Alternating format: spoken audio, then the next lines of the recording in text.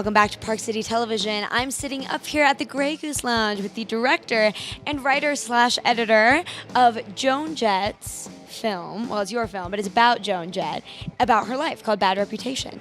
So tell me a little bit about how you convinced Joan to let you tell her story. We were actually lucky enough to have that part of the equation precede us. So I think that what happened actually was that we'd done a film together about DJ AM, and they loved the editing in that. So, and they had all decided that now's the right time to make the Joan Jett doc. So they harvested all the resources and archival treasures, dumped it on Joel's lap, and then Joel pulled me in. Joel and Alessandro Pasquino, who's one of the co-producers, and then they tapped me to direct it. But Joel had the heavy lifting in terms of the day-to-day grind, for sure. So then, Joel, when you guys were writing kind of how you wanted this to go, what direction, if any, did Joan give you? We had a completely free hand. She didn't give us any direction. And writing in a documentary is not like writing a script, because you're continually shooting. I'm editing, and first you have to look through the material and see what you have, and you have to kind of breathe it in. You have to really absorb it, and as you start to breathe it in, you start to get a feel for what you want to say.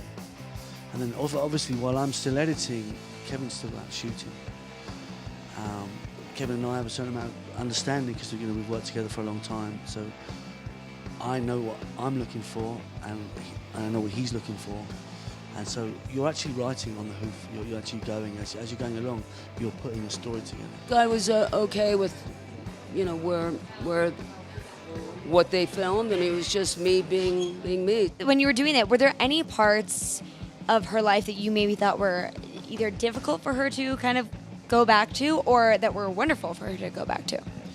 Yeah, I mean, I think the Runaways, she, as a young teen, basically, she started this band, an all-girl band called the Runaways, and which was, it had its own level of euphoria, I guess, in terms of that sort of nascent energy of just, getting out there and plugging in and playing live, and all of those friends became, all of the band members became really good friends. So when that blew apart, as a young girl, and just right on the cusp of becoming a woman, all of a sudden, the family basically just blows apart. So, and it's a band she started, so that the demise of that band, she bottomed out. It's people respond, especially when you're a late teen, in all sorts of ways that can be pretty dangerous, and it's bleak. And we needed to pick at the scab a bit at that, and then I think that the trajectory of the partner that she met, Kenny Laguna, and forming the Blackhearts, starting the ball going down in a different direction. I think that all that rise was also really inspiring to see. So yeah, there are a lot of highs and some really down lows. Music has been my whole life, and it's been amazing. It's been an amazing journey. It's been a struggle sometimes.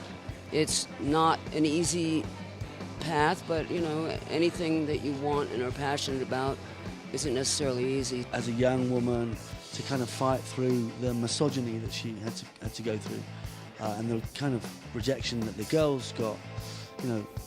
At first people thought it was cute, and then suddenly when they realised they were serious, they were like, oh, what? No. And they really got a lot of slack and a lot of profanity, and they got batteries thrown at them, they got stuff thrown at them just because they were girls playing a guitar. And I think that kind of toughened her up, and that, to me, was very inspiring. You can't tell me girls can't play rock and roll, yet can play Beethoven and Bach in high school band class. So what you're saying is girls aren't allowed to play rock and roll because of its social meaning.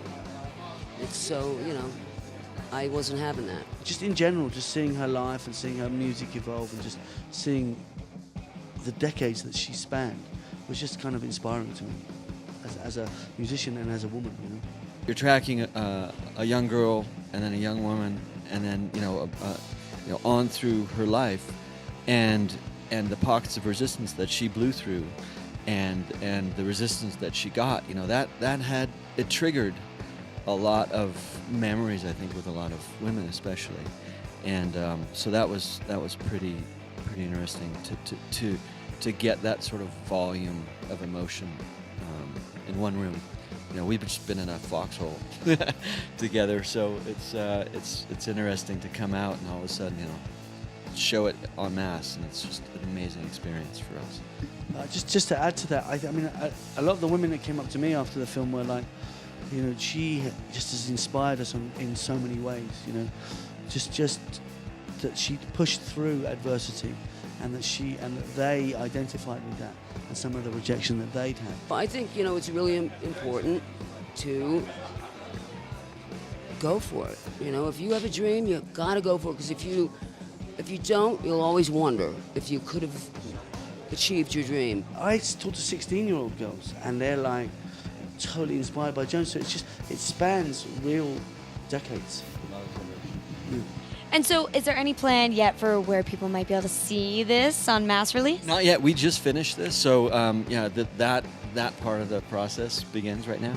But we're in some talks. We're in good hands with Submarine, who's handling that part of the game, and we're really happy. I mean, they're ecstatic about the film, and huge Joan Jett fans. So it's all signs are pretty positive. Wonderful. Well, I can't wait to see it. I'm sure it will be out soon. And thank you so much for joining us, you guys. I'm so glad your premiere was fantastic. Did you have fun at Sundance? Oh, yeah, it's a gas. And it's such an honor, actually, to be here. We love it here. And thank you for having us. No, thank you so much. Stay tuned. We'll be watching a lot more here about Sundance on Park City Television.